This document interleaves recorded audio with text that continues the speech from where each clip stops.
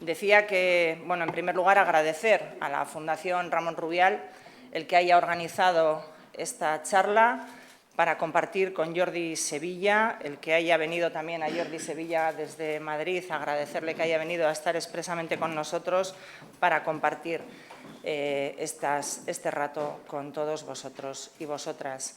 En primer lugar, lógicamente, Jordi es un hombre de sobra conocido, no necesita muchísima presentación.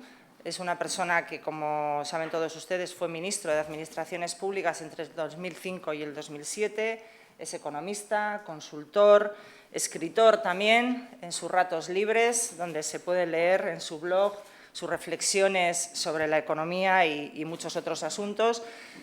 Es de sobra conocido también que está entre el Comité de Sabios de Pedro Sánchez, y con esta hoja de servicios que nos presenta, pues es como ha venido hoy a nosotros para conocer de primera mano el diagnóstico que tiene que hacer de la situación económica que tenemos. Ciertamente estamos en un escenario lleno de incertidumbres. La economía es más que nunca una incertidumbre. Hoy mismo hemos leído que el Gobierno de España, por ejemplo, va a tener unos presupuestos, está haciendo unos presupuestos con un incumplimiento del objetivo de déficit claro. Bruselas ya ha anunciado que seguramente el próximo Gobierno de España tendrá que recortar esos presupuestos. Es un Gobierno que, además, no está favoreciendo el crecimiento económico en el sentido adecuado y que la economía, lógicamente, las cotizaciones a la Seguridad Social y la reforma laboral está incidiendo en la parte de los ingresos gravemente. Por lo tanto, la situación que se presenta de cara al próximo Gobierno no es una situación sencilla, no es una situación fácil, y sobre estas cuestiones pues también supongo que nos hablará Jordi esta tarde. Ciertamente, la crisis económica, como decía Joaquín Estefanía hace unos días, con el efecto bajamar, está dejando las huellas, ¿no?, de la profunda huella de la crisis en las personas, en los destrozos, ¿no? Encontramos ahí los restos del naufragio de la crisis económica. Y tenemos la precariedad laboral, la temporalidad, el problema de los desempleados de larga duración. Tenemos también el problema de los jóvenes que no encuentran su primer empleo y que el primer acceso que tienen al mercado laboral es el acceso a través de la precariedad, de la temporalidad. Muchos jóvenes tienen que irse de este país para buscar un futuro mejor o una oportunidad de primer empleo fuera, en otro país, con la pérdida que eso supone de capacidades, de inversión en conocimiento que hemos hecho en este país. Y eso no tiene que ser algo negativo si es una opción personal, y nosotros tenemos que buscar en España de construir un modelo económico que dé alternativas, que dé futuro a esos jóvenes para que puedan volver a España y puedan tener una oportunidad de empleo. Son muchos los retos que tenemos. Fundamentalmente en España, y de ello nos hablará seguramente Jordi, tenemos el reto de cambiar el modelo económico español. Es una cuestión que se dice muchas veces, que se repite, pero es más que nunca cierto. La apuesta por el conocimiento, por la innovación, es la garantía y la única clave para que el empleo sea de calidad y podamos tener un futuro competitivo como país en el mercado global en donde se está jugando la liga entre los grandes. En definitiva, si competimos por salarios bajos, que parece que la apuesta que ha hecho el Gobierno del Partido Popular, no vamos a ser competitivos durante mucho tiempo. Siempre habrá otro país que trabaje más barato que nosotros y, por lo tanto, nosotros tenemos que hacer una apuesta clara por los salarios dignos, el empleo de calidad y la innovación y el conocimiento. Eso es lo que va a marcar la diferencia y la oportunidad para España y para las generaciones que vienen detrás de nosotros. Nosotros, los socialistas vascos, también aquí en Euskadi, estamos trabajando en esa línea. Sabéis que hicimos un acuerdo con el Partido Nacionalista Vasco sobre todo porque éramos conscientes que otra forma de enfocar las políticas económicas y de abordar la gestión del Gobierno eran posibles. Por eso hicimos aquel acuerdo que permitió cambiar la fiscalidad en Euskadi, gracias al concierto económico, ese tema que ahora está tan de moda, y con ese cambio en la fiscalidad conseguimos dotar de más recursos al Gobierno vasco para que pudiera destinarlos a políticas que generasen empleo, que facilitasen a los empresarios no perder empleo en sus compañías, que apostasen por el mantenimiento de los servicios públicos y también por la innovación y la excelencia en la educación.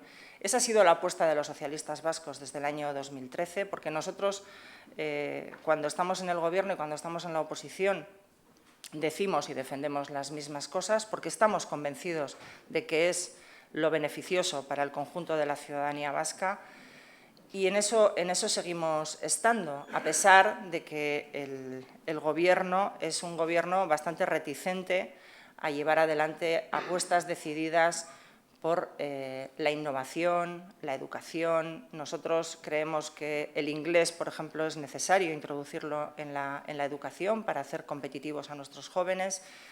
Nos encontramos con un muro frente a nosotros en el Gobierno vasco que no trata de abordar ese tema con decisión. También son tibios en el tema de la innovación, la apuesta por el I+D+I. No encontramos en este Gobierno una decisión clara por apostar por la innovación, por lo menos para alcanzar los umbrales en los que lo dejamos los socialistas cuando estuvimos en el Gobierno vasco, que era en la media de la Unión Europea. Por lo tanto, son todas estas cuestiones las que consideramos que son más necesarias que nunca continuar impulsando y abordando. También quiero aprovechar esta ocasión que me brinda en estos momentos en los que hay muchas personas y algunos partidos políticos que utilizan algunos temas para hacer campaña electoral, no estando todavía en campaña electoral. Yo quiero aprovechar que estoy delante de vosotros, decir que el socialismo vasco y el socialismo español está firmemente comprometido con el autogobierno vasco y con el concierto económico. No son cuestiones que se hayan puesto en duda en ningún momento, no porque lo diga yo, sino porque lo dice el PSOE en su conjunto a través de la Declaración de Granada, que tiene plena vigencia y que así se ha estado diciendo en reiteradas ocasiones en las últimas reuniones que hemos tenido el Consejo Territorial.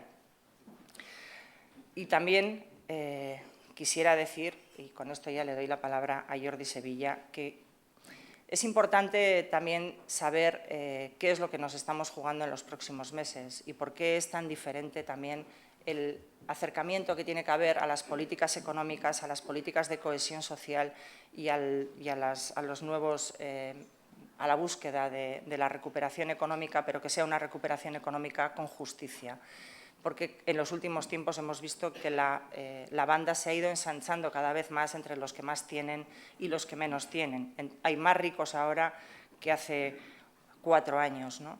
Es importante porque Pedro Sánchez es una persona que desde el primer momento se ha remangado y en el caso de los vascos es una persona que, a diferencia de Mariano Rajoy, utiliza el diálogo político con el conjunto de las instituciones. Aquí en Euskadi hemos tenido el ejemplo claro con su visita al Lehendakari, a diferencia de Mariano Rajoy, que hace meses, diría yo algún año, que no establece diálogo político ni con las instituciones vascas ni con las instituciones catalanas, como así hemos podido ver y comprobar en los últimos meses, ¿no? Por lo tanto, eso es lo que nos estamos jugando en los próximos meses, si gobierna Mariano Rajoy o gobierna Pedro Sánchez, y eso es importante en todos los aspectos de la vida y de la economía, y con este tema de la economía le doy la palabra a Jordi Sevilla para que nos ilustre sobre los diferentes aspectos. Muy bien, muchas gracias. Idoia, muchas gracias a todos vosotros y vosotras por estar hoy aquí. La verdad es que para mí es un honor estar en la Fundación Ramón Rubial. No tuve la suerte de conocerle, no tuve la suerte de trabajar con él, pero en todos mis años en Ferraz he oído solo cosas buenas. y es una de estas ideas con las que uno se queda, ¿no? El que cuando pasemos, que hablen bien de nosotros, ¿no? Que hablen bien como una persona honesta, como una persona de una pieza y como una persona de las que se puede poner como ejemplo sin ruborecerse nadie y sin tener ningún riesgo a equivocarnos. Por tanto, gracias por darme la oportunidad de aprovechar el nombre y el contenido de lo que es la Fundación Ramón Rubial para estar hoy con todos vosotras, y gracias al Partido Socialista de Euskadi por darme la oportunidad de estar aquí. Yo querría empezar, porque he visto también la prensa de hoy, lo ha dicho Idoia, quiero modestamente, desde mi modesto papel actual, decir con total rotundidad que me siento muy a gusto con el cupo. No creo que sea una de las prioridades más importantes que tenga que abordar el próximo Gobierno socialista de España. No lo veo. Sí que tendremos que abordar otros asuntos. Tendremos que abordar otros asuntos que tienen que ver con la situación económica, dónde estamos, de dónde venimos y a dónde vamos. Y de todo eso querría yo hablaros. Seguramente para no deciros nada que no sepáis, pero para ayudaros a ordenar las cosas que sabéis, para ayudaros a poner un poquitín. Vosotros no tenéis por qué haberle dedicado el tiempo que le he dedicado yo, es mi trabajo y, por tanto, es lo que tengo que hacer. Vosotros no tenéis por qué haberle dedicado el tiempo que le he dedicado yo a hacer esta reflexión sobre qué nos ha pasado, durante estos años de crisis, dónde estamos, de verdad, lo que dice el Gobierno es verdad o no, estamos saliendo de la crisis sí o no, esto ya está superado sí o no, y en todo caso, ¿qué nos queda por hacer? ¿Cuáles serán los próximos 5 años de la economía española, dónde razonablemente queremos estar y dónde podemos estar si no hacemos nada, y qué cosas tenemos que hacer si queremos estar en determinados sitios? Por tanto, me voy a permitir pediros que os tranquilicéis, os relajéis un poquito, vamos a disfrutar, voy a intentar ayudaros a ordenar vuestras propias ideas. Casi todo lo que voy a decir lo sabéis, lo habéis pensado, lo habéis hablado, lo habéis discutido, y mi máxima aspiración es a que cuando finalicemos la sesión salgáis de aquí con todo ello un poquito más ordenado, un poquito más articulado, y oye, si además consigo que salgáis con un par de ideas que no teníais antes de entrar, pues entonces ya fantástico, ¿no? Yo voy a empezar por el final. Esto, como no es una novela policíaca, pues puedo empezar diciendo quién es el asesino y no pasa nada, ¿no? Yo diría que en el momento actual estamos saliendo de la recesión, pero no de la crisis. Estamos saliendo de la recesión económica. Negar eso es absurdo. Hace 2 años estábamos decreciendo al 3% y hoy estamos creciendo al 3%. Hay casi 6 puntos de diferencia y, por tanto, es evidente que estamos saliendo de la recesión, y estamos saliendo, además, varios trimestres consecutivos. No es una casualidad un trimestre que hemos tenido la suerte, no, llevamos ya varios trimestres. Las previsiones para los próximos trimestres y los próximos años son que vamos a seguir creciendo. Hemos recuperado una cierta senda de crecimiento en la economía española y, por tanto, sí estamos saliendo de la recesión. La pregunta a la que intentaré contestar es: ¿gracias al Gobierno o a pesar del Gobierno? Ese es un poquitín las reflexiones en las que querré llevar esta parte de mi intervención. Y luego la segunda parte será: estamos saliendo de la recesión, pero no de la crisis, porque os voy a pedir que diferenciemos la recesión de la crisis. En España hemos tenido las dos cosas, pero no las hemos tenido los mismos. Quien no ha perdido el trabajo y tenía la casa pagada ha vivido una recesión. Bueno, seguramente le han bajado el sueldo, seguramente le han incrementado las horas, seguramente ha visto cómo su calidad de vida se veía afectada por los recortes o se veía afectada por los copagos sanitarios. Ha vivido una recesión. Quien ha perdido el trabajo o no lo ha encontrado, y quien además está pagando el piso, la hipoteca del piso, ha vivido una crisis y sigue estando en crisis. No ha salido todavía de esa crisis y intentaré luego explicar con un poquito más de detalle cada una de estas dos taxonomías. Nosotros estamos, como digo, saliendo de la crisis, de la recesión, perdón. Pero, ¿cómo estamos saliendo? Hay una primera idea que yo tengo que decir con total rotundidad. Estamos saliendo por donde dijo el Gobierno que no había salida.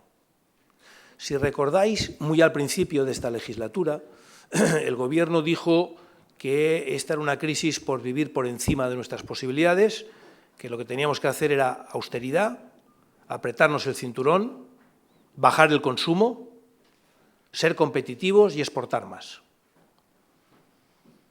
Claro, cuando vemos los datos nos damos cuenta que estamos volviendo a crecer cuando la gente no está ahorrando sino gastando, cuando la demanda interna no está decreciendo sino aumentando, cuando no estamos siendo globalmente austeros, sino que volvemos a tirar del crédito para reactivar el consumo y, por tanto, todo lo contrario de lo que dijo el Gobierno que teníamos que hacer para salir de la crisis es lo que nos está sacando de la crisis. Reactivar el crédito, reactivar el consumo, ahorrar menos y gastar más. Y tampoco estamos saliendo gracias al sector exterior, las exportaciones. El Gobierno dijo, vamos a ser competitivos, vamos a recuperar la competitividad, ahora entraré en cómo se consigue esto, vamos a basar nuestro crecimiento en la exportación, como Alemania. Vamos a ser como Alemania. Bueno, pues no somos como Alemania. Volvemos, como digo, a crecer por la demanda interna, no por la exportación, que va muy bien, pero nuestras exportaciones tienen una característica estructural que no hemos sido capaces de evitar ni tan siquiera después de la crisis, y es que cuanto más exportamos, más importamos. Porque una parte de nuestras exportaciones están compuestas de importaciones, de productos que importamos y montamos aquí, y porque, en todo caso, nuestra actividad económica necesita grandes importaciones de gas y de petróleo para que funcionen nuestras economías. Y, por tanto, a mayor actividad exportadora, mayor actividad importadora, y, por tanto, no podemos, en ese sentido, confiar solo en el crecimiento exterior para que la economía crezca. Esto no es un problema ideológico, esto es un problema matemático. El consumo de las familias representa más o menos el 70% del Producto Interior Bruto, del conjunto de la renta que hacemos todos los años, el 70% más o menos es el consumo de las familias y las exportaciones son mucho menos. Por tanto, si queremos incrementar la renta, es mucho más fácil incrementar el consumo para incrementar la renta que a base de incrementar las exportaciones. Por tanto, no es un problema ideológico. Lo que sí que es un problema ideológico es cómo intentamos ser competitivos a nivel exterior. Esto que seguro que os suena, que el Gobierno decía la devaluación interna. Os suena, ¿no? Cuando decían, bueno, no tenemos moneda, compartimos moneda con otros países, no tenemos ya peseta, por tanto, cuando hay una crisis de competitividad exterior, no podemos devaluar la peseta, que es lo que históricamente hemos hecho. Ahora tenemos que devaluarnos nosotros, tenemos que costar menos nosotros, tenemos que rebajar nuestros costes. Y cuando aquí decimos costes, hablamos de costes salariales.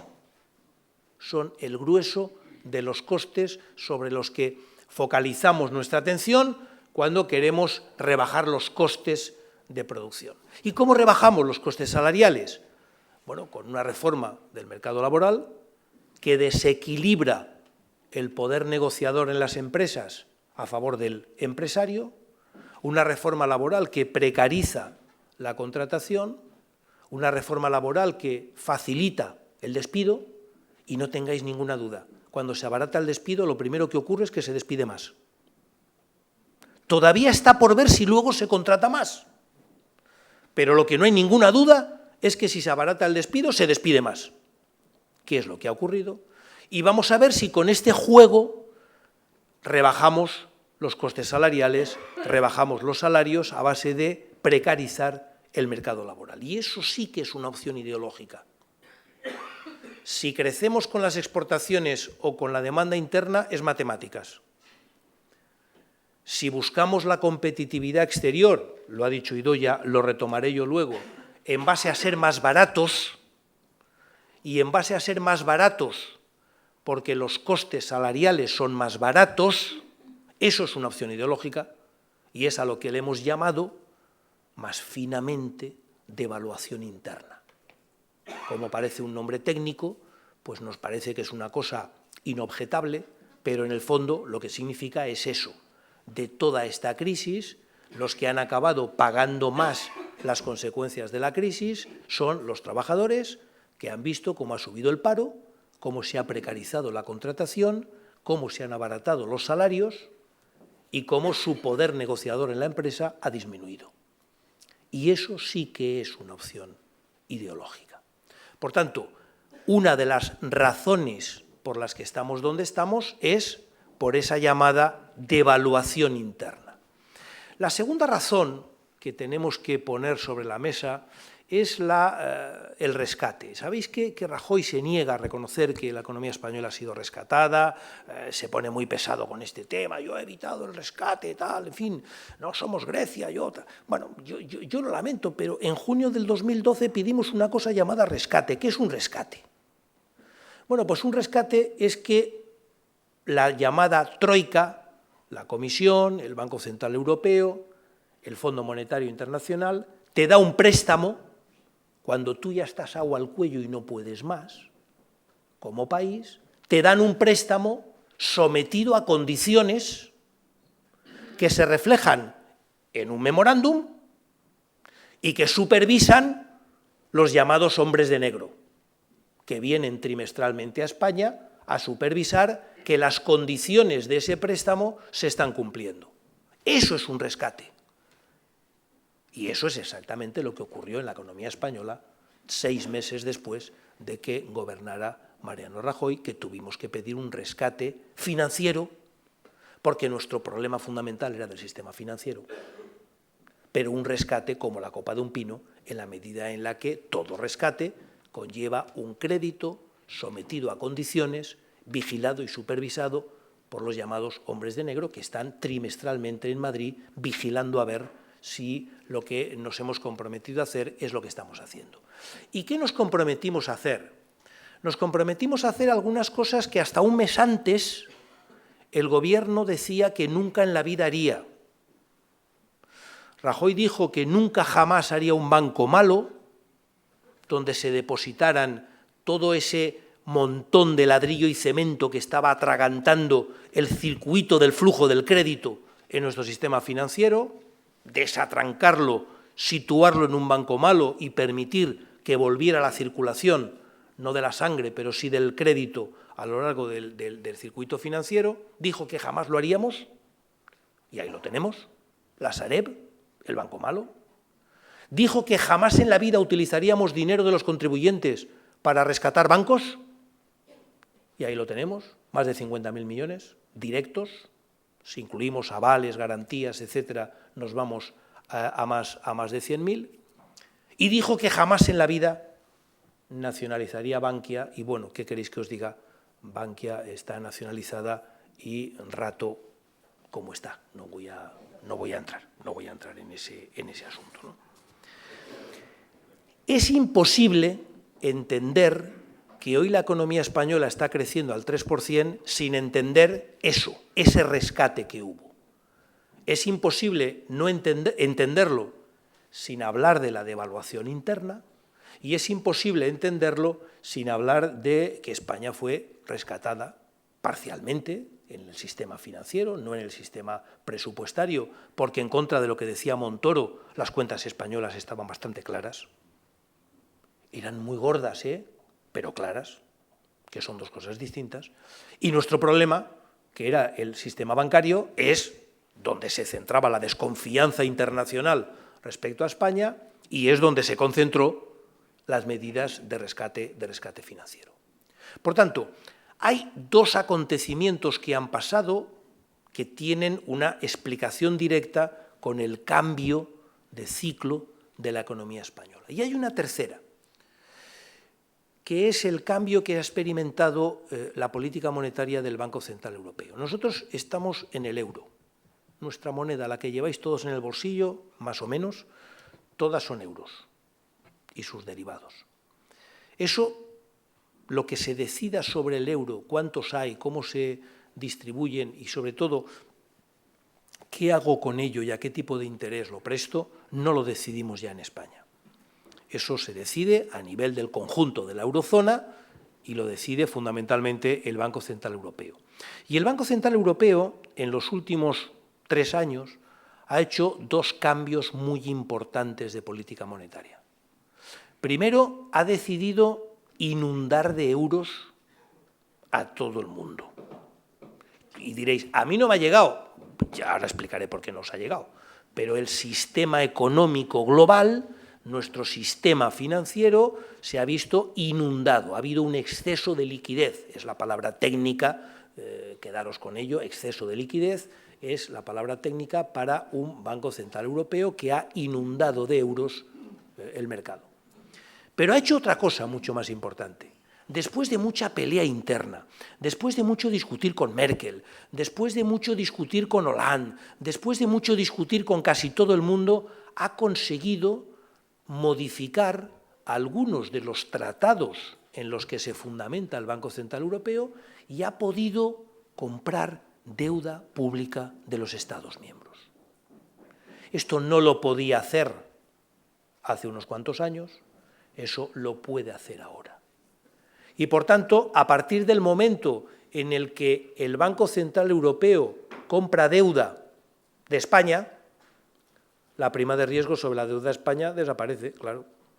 La prima de riesgo es lo que el riesgo que tiene, como su propio nombre indica, la deuda española. Si está avalada, entre comillas, o si el Banco Central Europeo puede comprarla en cantidad razonable, la prima de riesgo disminuye como ha disminuido durante estos últimos años y, por tanto, podemos acceder al crédito. Podemos ir a los mercados financieros internacionales, a los bancos mundiales y decir, oye, préstame dinero que lo necesito. Si el Banco Central Europeo hubiera hecho esto mismo en el 2011 o en el 2012, seguramente no hubiera hecho falta el rescate. Seguramente no hubiera hecho falta el giro de mayo del 2010, el final del gobierno Zapatero, los recortes, la congelación de las pensiones. Seguramente no hubiera hecho falta todo eso.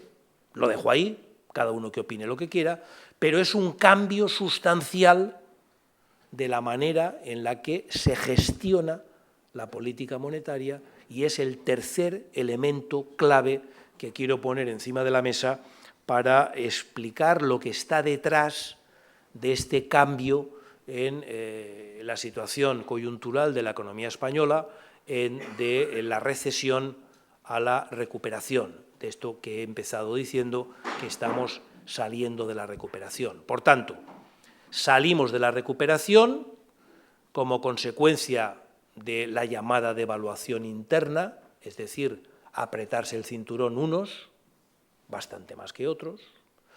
Salimos de la recesión gracias al rescate financiero, que el Gobierno niega, y salimos de la recesión, en tercer lugar, gracias a un cambio en la política monetaria del Banco Central que permite que hoy haya más dinero y más crédito del que había hace unos cuantos años. Esto es en general, insisto, tú dirás, pues a mí no me dan el crédito, seguro, pero globalmente, como país, como economía, como empresas, como familias, hoy hay un acceso al crédito y una realidad del crédito que no existía hace 3 o 4 años.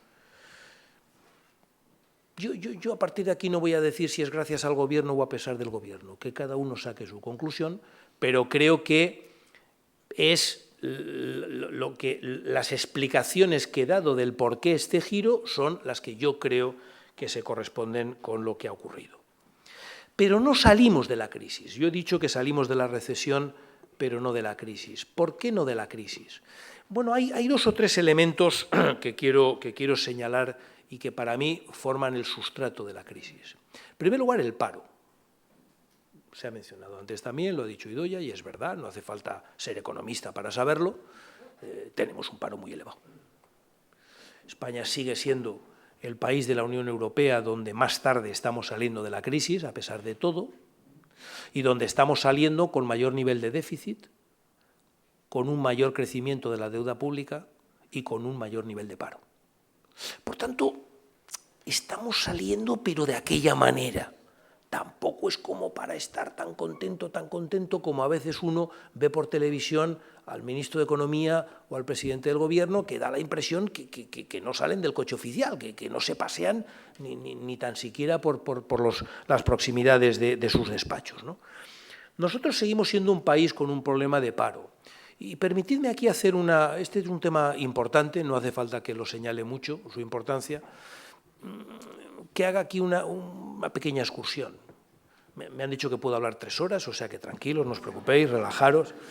Voy a ir contándolo con un poquito de detalle. España ha tenido un problema con el empleo y con el paro desde la democracia, por poner una fecha.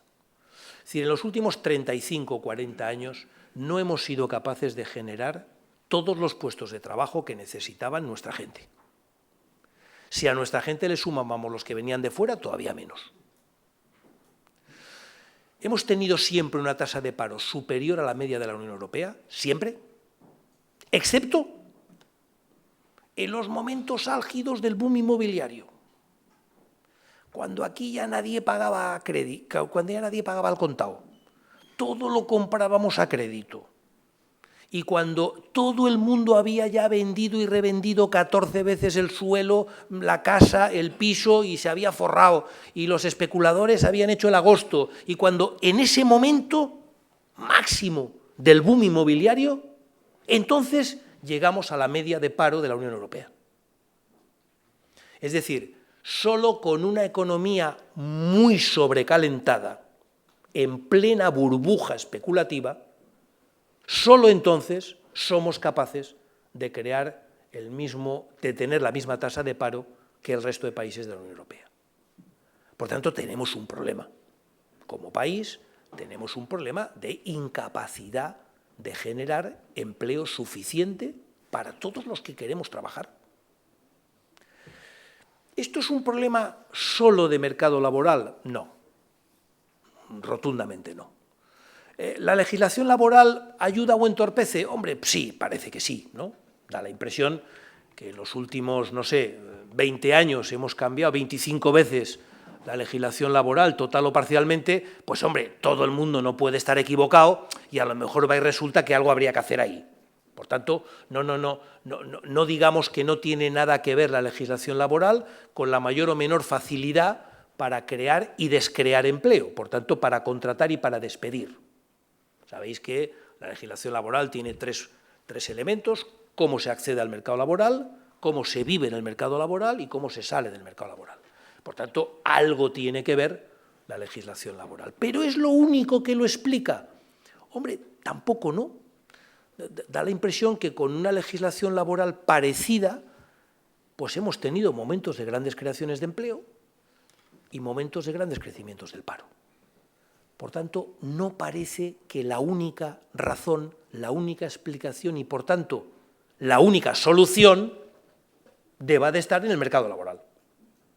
Tendremos que mirar un poquito más allá al conjunto del tejido productivo. ¿Y ahí qué nos encontramos? Nos encontramos al menos 2 o 3 características diferenciales. Y yo, con lo que es diferencial, hay que poner la atención. O sea, cuando todo el resto del mundo hace una cosa y nosotros hacemos otra distinta, bueno, si es un tema cultural, las fallas de Valencia, no hay en ninguna otra parte del mundo, pues fantásticas las fallas de Valencia, pero en cosas que tienen que ver con el trabajo, con el empleo, con los salarios, yo me lo pensaría 2 veces. Nosotros tenemos un tejido empresarial con demasiada pequeña y mediana empresa. Esto no lo habréis oído mucho en el tono en el que yo lo he dicho. nosotros seguimos diciendo aquello de que España es un país de pymes y lo decimos como, y a mucha honra, ¿no? Bueno, pues mire, no. ¿Qué quiere usted que le diga? A mí me gustaría que España fuera un país de grandes empresas. ¿Por qué? ¿Porque soy un mitómano de lo grande? No, no, no, en absoluto, porque está muy demostrado que la gran empresa pues crea más empleo más estable, forma a sus trabajadores, mejora la productividad, innova, exporta, se internacionaliza, es decir, genera mayor riqueza y de una manera más permanente, más sostenible. Y por tanto, si a igualdad de número de empresas, 1.000 empresas, pero en lugar de las 1.000, 999 pequeñas y una grande, tuviéramos 999 grandes y una pequeña, pues a lo mejor creábamos más empleo. A lo mejor una parte de nuestro problema, de nuestra incapacidad para generar empleo, a lo mejor se podía resolver. Por tanto, una de las líneas de solución a este problema tiene que estar en incrementar el tamaño medio de nuestras empresas. Y os estoy detallando partes del programa electoral que como Partido Socialista vamos a llevar en las próximas elecciones. Otra parte tiene que ver con la estructura sectorial. Las estructuras sectoriales de los países son complicadas, es decir, se hacen a lo largo de mucho tiempo y no es fácil cambiarlas. Y esto lo sabéis todos, joder, sois de aquí, y cuántas veces se ha dado por finalizado, yo qué sé, pues con el acero, ya nunca más habrá, bueno, pues se reconvierte, se hace, se reinventa. Tenemos una estructura sectorial en la que sigue globalmente, como España me refiero, sigue pesando mucho la agricultura y poco la actividad de valor añadido vinculada a la agricultura, poco la agroalimentación, por ejemplo. Seguimos teniendo un papel muy importante el turismo, oye, y a mucha honra.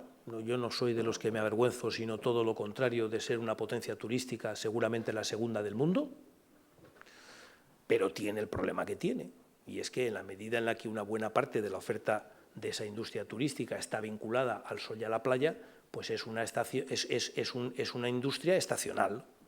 Hay meses del año donde se contrata mucho y meses del año donde se contrata poco.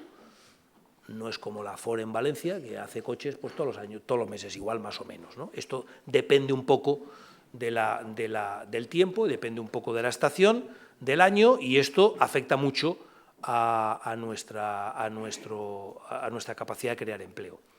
Y somos en general un país que en los últimos años se ha desindustrializado, y esto ya os suena más, que es, de la misma manera que antes he dicho, las ventajas que tienen las grandes empresas, está también muy demostrado, y esto tampoco es ideológico, y si alguno cree que es ideológico, pues que lo sea, no me importa, pero creo que es un dato estadístico, la industria, la actividad industrial es también más permanente, más sostenible, más a lo largo del año, a lo largo de los ciclos, tiene una mayor estabilidad, sobre todo en lo que tiene que ver con el empleo.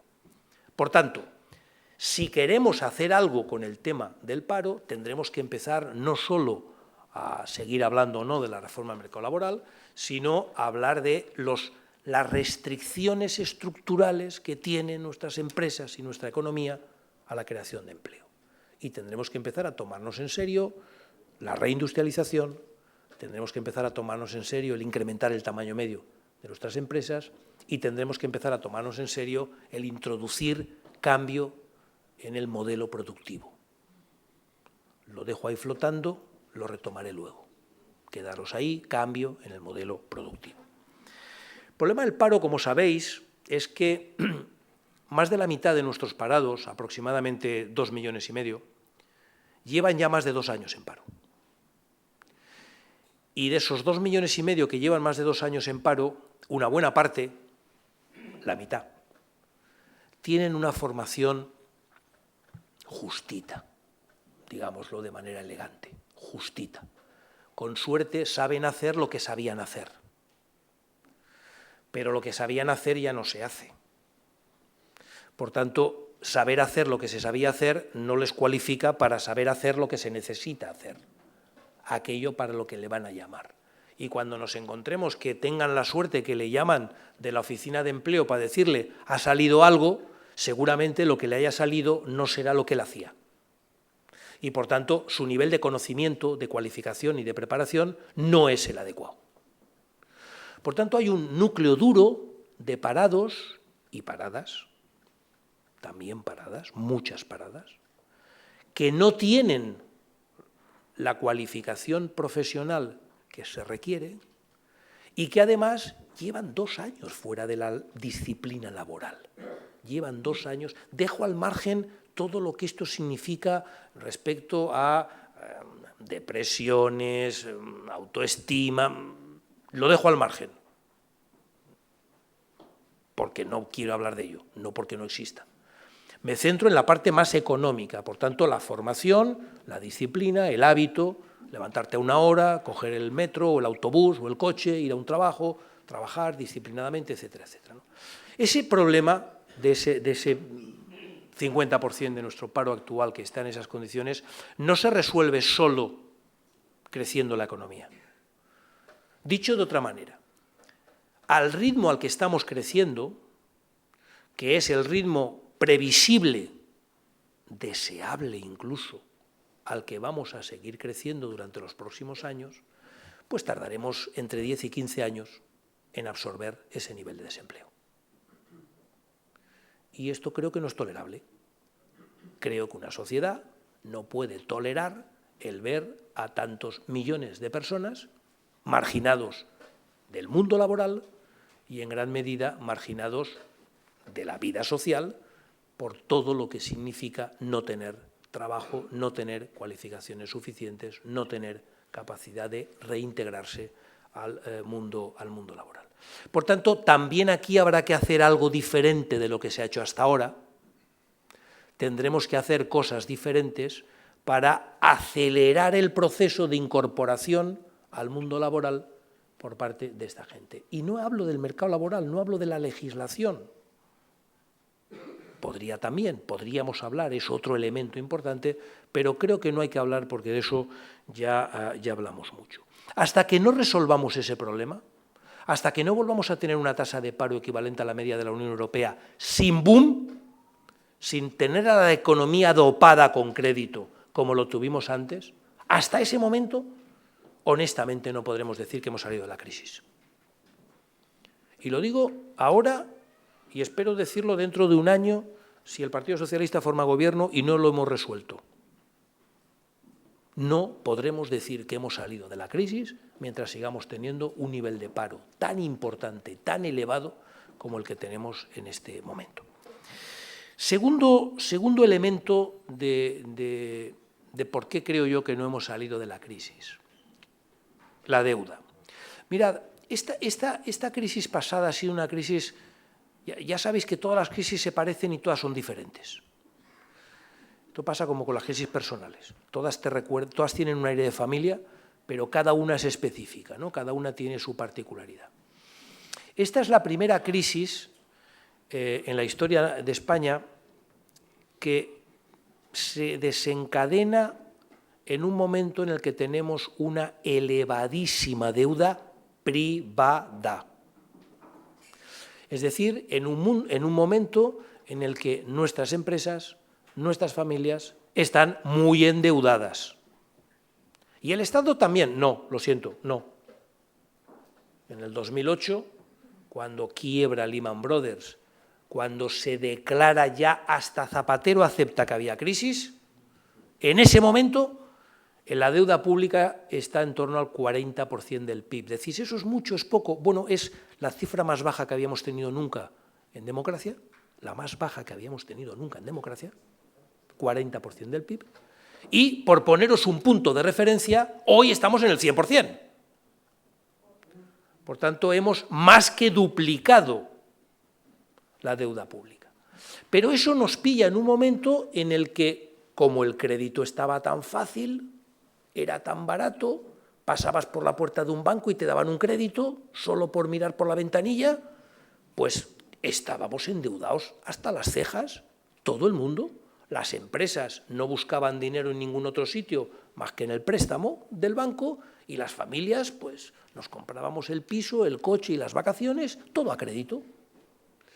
Claro, en ese momento una crisis como la que hemos vivido, que tiene un síntoma, que es la restricción del crédito, se corta el crédito, se corta el grifo, señores, se corta el grifo. Nos tiramos 3 años de sequía de créditos. Claro, plantea un problema gordísimo como el que hemos vivido durante estos años de crisis, ¿no? ¿Y dónde estamos ahora? Hombre, ahora estamos, bueno, pues según y cómo lo mires, ¿no? ¿Comparado con qué? Comparado con cómo estábamos antes, estamos un poquito mejor en cuanto a la deuda privada, no así la deuda pública, que ha subido. Pero en todo caso seguimos teniendo, para que os hagáis una idea, imaginaros cada uno de vosotros lo que ganáis al año, más o menos, lo que sea, cada uno que tenga la cifra en la cabeza, cada uno la suya, ¿de acuerdo? Bueno, pues como colectivo, todo el país, debemos casi 3 veces eso, ¿de acuerdo? Entonces tú dices, yo gano al año 100, pues debo 300. Gano 1.000, pues debo 3.000. Más o menos lo que debemos es 3 veces lo que ganamos la renta nacional de un año, ¿de acuerdo?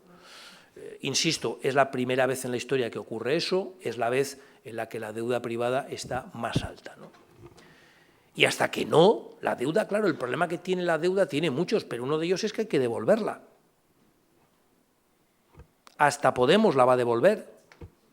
Hasta Syriza y los griegos ya dicen que hay que devolverla. Vamos a ver cómo se renegocia, vamos a ver si me dan mucho más plazo, vamos a ver si me dan una moratoria, vamos a ver si al final son buenos y me quitan un poquito, pero, en fin, ya nadie cuestiona que el problema de la deuda es que hay que devolverla, claro. Y hay que devolver cada uno la suya. Y con un poquito de suerte, cada uno la suya y un poquito de la de todos, de la deuda pública que es de todos. Por tanto, los próximos años, mientras no nos quitemos de encima la losa de ese nivel de endeudamiento, aunque crezcamos mucho, aunque el empleo se recupere, aunque los salarios vuelvan a subir, una parte de todo ese dinero tendrá que ir a devolver la boda, lo que pagamos durante el boom inmobiliario. Vamos a arrastrar durante mucho tiempo como país. Tú dirás, pues yo no debo nada. Pues enhorabuena, tú no has tenido crisis, ¿de acuerdo?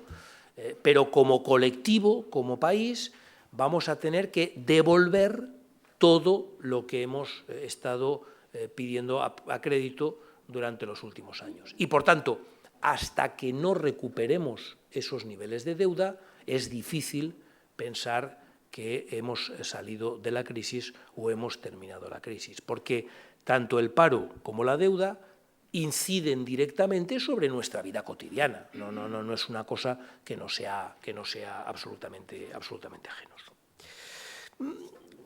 ¿Cuál es un poco el punto que une esta historia?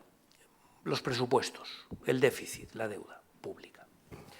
He dicho antes que España en este momento sigue siendo el segundo país de la Unión Europea, del euro, de la eurozona, el segundo país con mayor nivel de déficit público, siendo Chipre el primero. Quiero decir que tampoco penséis que el primero es Alemania, no, el primero es Chipre, ¿no? Y claro, vosotros diréis, joder, pero ¿cómo podemos tener un déficit público tan alto si llevamos años de apretarnos el cinturón, de austeridad, de recortes, si hay mareas blancas, mareas verdes, mareas amarillas, están expulsando trabajadores? Bueno, pues sí, porque os hagáis una idea, este año en el que estamos ahora, yendo todo muy bien, el Gobierno dice que terminaremos el año, el conjunto de las administraciones, con un déficit público del 4,2% del PIB. El déficit público, como tantas cosas, por poner una referencia, os digo, 2.325 millones. Bueno, y eso es poco o mucho. Bueno, pues lo ponemos en relación al PIB, que es la renta, lo que ganamos en un año como país, ¿de acuerdo? Es decir, el 4,2 si todo va bien.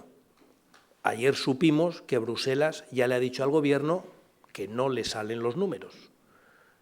Bruselas ya le ha dicho al Gobierno que en este presupuesto acelerado que acaba de hacer, sabéis que este va a ser, Rajoy es el primer presidente de la democracia española y posiblemente de cualquier otra democracia que ha aprobado 5 presupuestos en 4 años, para no hacer nada no está mal, ¿no? O sea, la verdad es que ha tenido mucha prisa en aprobar el próximo presupuesto y Bruselas, la Comisión, ya le ha dicho: no me acaban de cuadrar los números que has presentado. Creo que has sido un poquito demasiado optimista con el cálculo de lo que vas a ganar, de los ingresos del año que viene, y creo que has sido un poquito demasiado optimista con tu estimación de cuánto te vas a gastar. Creo que este año no vas a terminar con el 4,2 que has dicho, y creo que el año que viene vas a situarte lejos del 2,8, que es lo que se ha comprometido a hacer.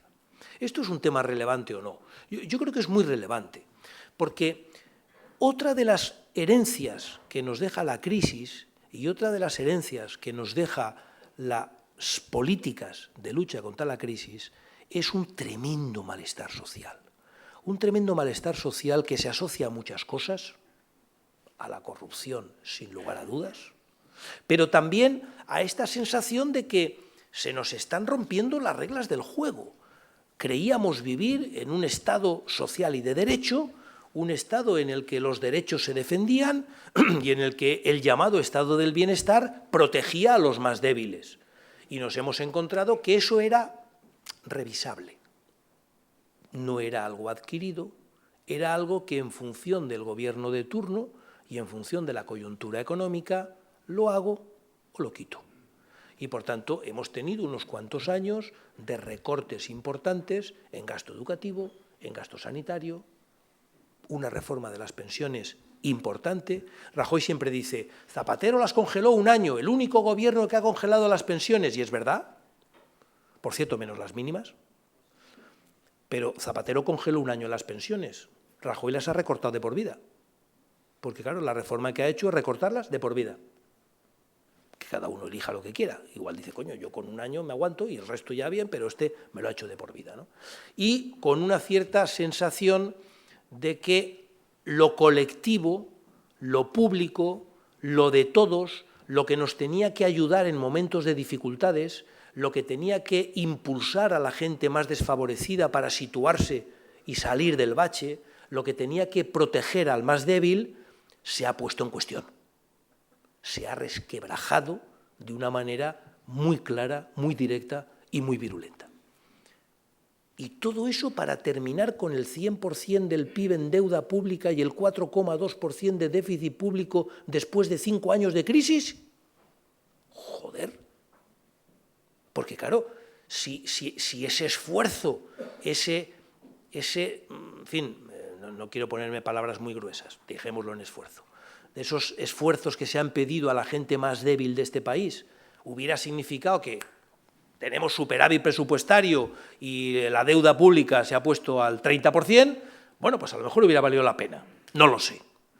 Pero claro, para terminar así, y ahí es donde mi visión, y la de otra mucha gente, es que una parte de estos recortes han sido recortes ideológicos. No han tenido como objetivo recortar el gasto y el déficit, aunque hayan conseguido marginalmente recortar el gasto y el déficit, el objetivo ha sido ideológico.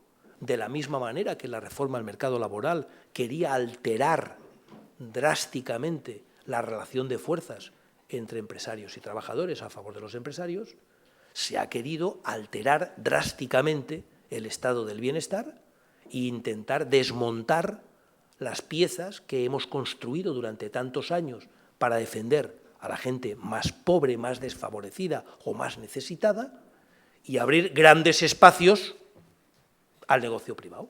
Y eso es una opción ideológica. Oye, y a lo mejor alguno de vosotros decís: ya era hora.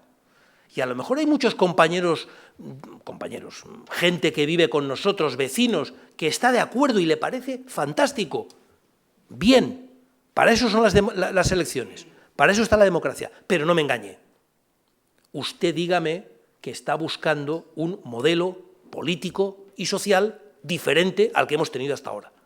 No me siga usted diciendo que está defendiendo el estado del bienestar cuando lo está desmantelando. No me siga usted diciendo que está defendiendo lo público cuando está abriendo espacios a lo privado.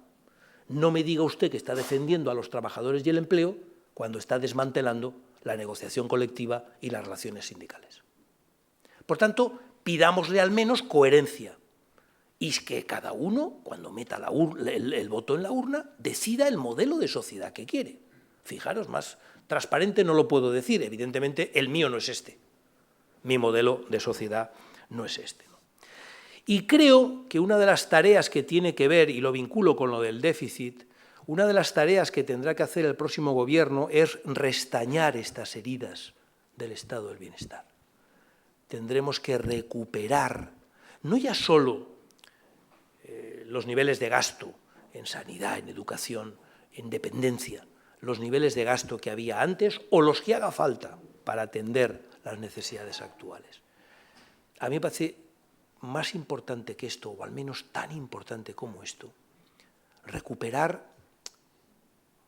el cariño, la atención, la decencia, el mirar a los ojos a la gente que necesita, que cuando lo está pasando mal, necesita de los demás y de lo público, y que no se puede encontrar un recorte o un portazo en las narices. Ese espíritu con el que hemos construido este país en los últimos 30 años y ese espíritu que ha sido desmantelado durante esta, no tanto por la crisis, sino por las políticas que se han puesto en marcha para hacer frente a la crisis, es una de las cuestiones que tendremos que recuperar en la próxima legislatura, evidentemente si hay un gobierno socialista, como yo espero, y es uno de los temas que va a afectar no solo al gasto público y al presupuesto, pero también al gasto público y al presupuesto, y por eso me parece que las hipotecas que se están queriendo lanzar sobre el próximo gobierno, aparte de antidemocráticas, son antisociales. Creo que están yendo contra la posibilidad de hacer las cosas de una manera diferente. Retomo, y voy concluyendo, retomo lo que decía antes del cambio de modelo productivo. De esto seguro que todo el mundo ha oído hablar de esto. Pues no me acuerdo. Pues no te acuerdas, pero es imposible no haber oído hablar de esto porque llevamos dándole vueltas a esta pirula desde hace mucho tiempo, ¿no? ¿De qué va esto? Bueno, se puede hablar de muchas maneras, ¿no? Yo lo cuento de la manera en la que yo lo veo, ¿no? Nosotros no podemos pensar en un cambio de modelo productivo como algo que significa hacer cosas diferentes a las que sabemos hacer. Yo lo siento, pero la gente con suerte, cada uno sabemos hacer algo.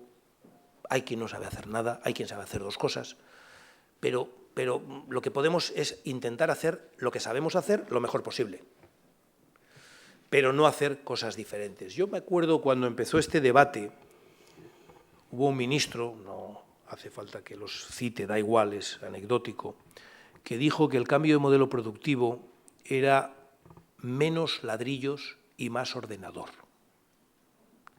Es decir, teníamos que dejar de hacer lo que estábamos haciendo y empezar a hacer cosas que no estábamos haciendo.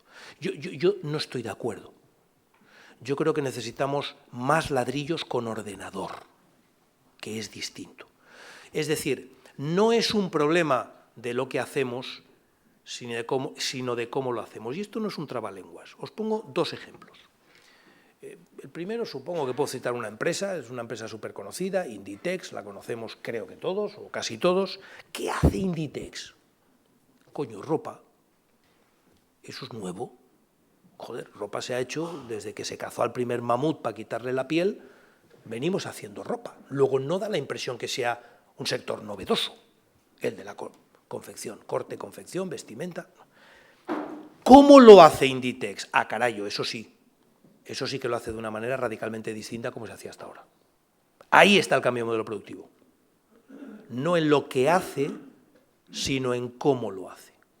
Os pongo otro ejemplo, podríamos citar muchos, algunos de ellos relacionados con Euskadi. El vino, incluido el chacolí. ¿Es un sector novedoso? Joder, en la Biblia, ¿no? Ya hay un personaje bíblico que se bebe un poquito más de lo que debía y se pone un poquito mareado, ¿no? Ahora, el vino que se hace hoy se parece al vino de hace 30 años. Se hace de una manera totalmente distinta, desde cómo se cosecha, desde cómo se riega, desde cómo se recolecta, totalmente distinta. Por tanto, ¿dónde está el cambio? ¿En que ya no hacemos vino y ahora hacemos coñac? No. en que hacemos vino de una manera diferente. Por tanto, el cambio del modelo productivo es hacer lo que sabemos hacer, pero de una manera diferente. Ese es el reto, porque el hacerlo de una manera diferente incorpora valor.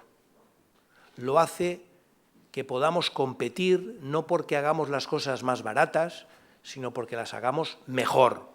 Porque aquello que ponemos en la mesa o en la tienda vale más, tiene más valor, porque tiene talento, tiene innovación, tiene investigación, tiene marketing, tiene diseño, tiene muchos elementos que hacen que tenga mayor valor. Eso es lo que yo quiero para nuestra economía. Una economía que sea capaz de competir no por ser barata, no por tener una mano de obra barata, no por estar todos los años preocupado por rebajar los costes salariales, sino por hacer las cosas bien, porque compitamos porque somos mejores, no más baratos, y porque tengamos empresas y empresarios que todos los años estén obsesionados no en cómo abaratar los costes salariales, sino en cómo mejorar la innovación, cómo mejorar el marketing, cómo mejorar el valor añadido, cómo mejorar todo lo que incorporo de valor al producto para hacerlo de una manera diferente. Eso, si lo generalizamos a nivel de país, es todo lo contrario de lo que venimos haciendo en los últimos 4 años. Como país, no como empresas, como país. Por tanto, que hemos hecho 4 años en los que el objetivo era atornillar los costes salariales, como he dicho antes, la llamada devaluación interna.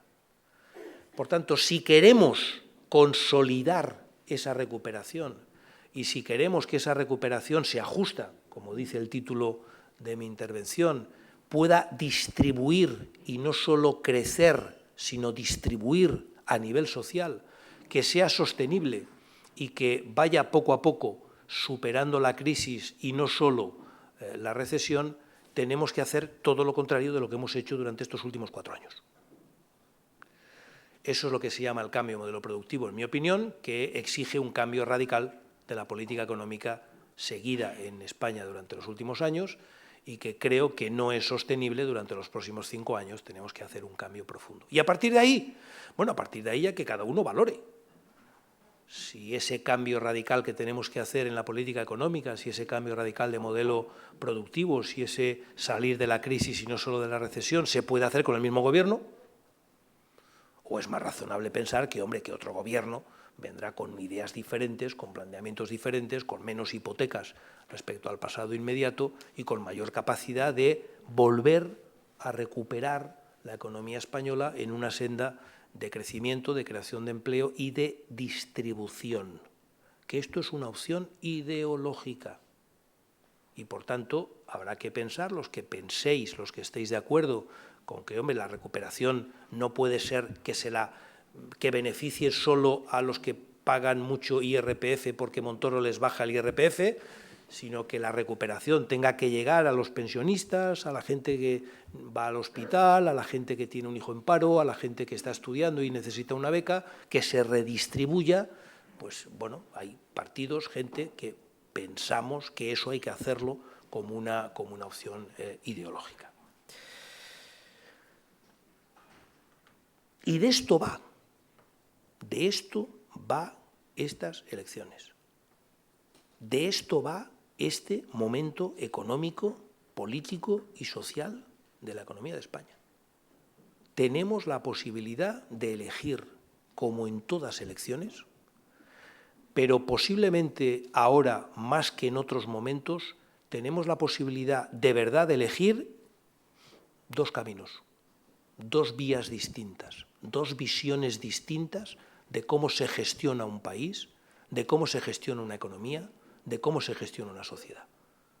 Una, ya lo estamos viendo estos 4 años, sí, salimos de la recesión, unos más que otros, y con un modelo productivo basado en apretar los costes salariales de una manera que no es sostenible.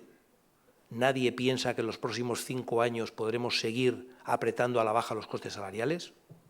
en el contexto de un país que está creciendo y donde todos los días ves en los periódicos los grandes beneficios de las empresas del IBEX 35? No es compatible. O la posibilidad de decir, bueno, vamos a ver si hay otra manera de entender el funcionamiento de la economía, otra manera de entender las prioridades de nuestra economía y, sobre todo, otra manera de entender las prioridades de nuestra sociedad y de nuestros ciudadanos. Y creo que en ese sentido podremos tener esas dos opciones encima de la mesa en el próximo 20 de diciembre. Yo no tengo dudas de lo que voy a hacer, no tengo dudas de lo que hubiera hecho Ramón Rubial y espero que vosotros tampoco tengáis ninguna dudas y que no os equivoquéis. Gracias.